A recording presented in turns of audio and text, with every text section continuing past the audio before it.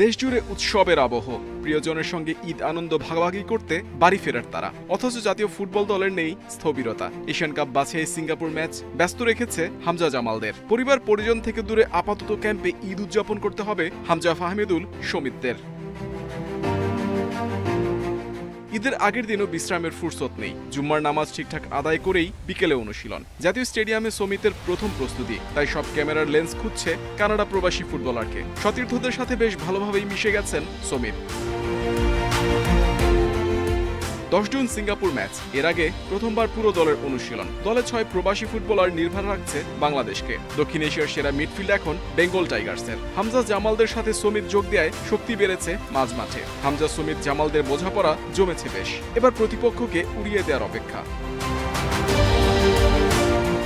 র্যাঙ্কিংয়ে বাংলাদেশের চেয়ে 21 ধাপ এগিয়ে সিঙ্গাপুর। সবশেষ ম্যাচে মালদ্বীপকে 3-1 গোলে হারিয়ে সামর্থ্যের জানান দিয়েছে।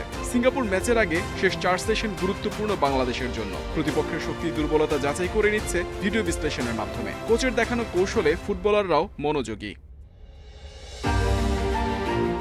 সিঙ্গাপুর ম্যাচ নিয়ে উন্মাদনা চরমে, থাকবে ফ্যান জোন। তাই শৃঙ্খলা ঠিক রাখায় আরও চ্যালেঞ্জের সম্মুখীন হবে বাফুফে। হামজা সমিতদের দেখতে হাজারো দর্শক ভিড় করবে জাতীয় স্টেডিয়ামে। গ্যালারিতে উঠবে গর্জন হামজা সমিত ফাহমিদুলদের নিয়ে। এক দারুণ উৎসবের অপেক্ষা। সিঙ্গাপুর ম্যাচে দর্শকদের টিকিট যাচাইয়ের জন্য আলাদা বুথ বসানোর পরিকল্পনা বাফুফের। কোনো ধরনের অপ্রীতিকর ঘটনা এড়াতে কঠোর অবস্থানে ফুটবল ফেডারেশন। স্টেডিয়াম প্রাঙ্গণে নিরাপত্তা জোরদার করার সর্বোচ্চ চেষ্টা সংশ্লিষ্টদের।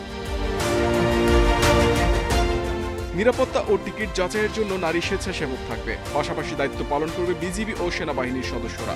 দর্শকদের সুষ্ঠুভাবে ম্যাচ উপভোগের জন্য সব ধরনের ব্যবস্থা নেওয়ার প্রতিশ্রুতি বাফুফের।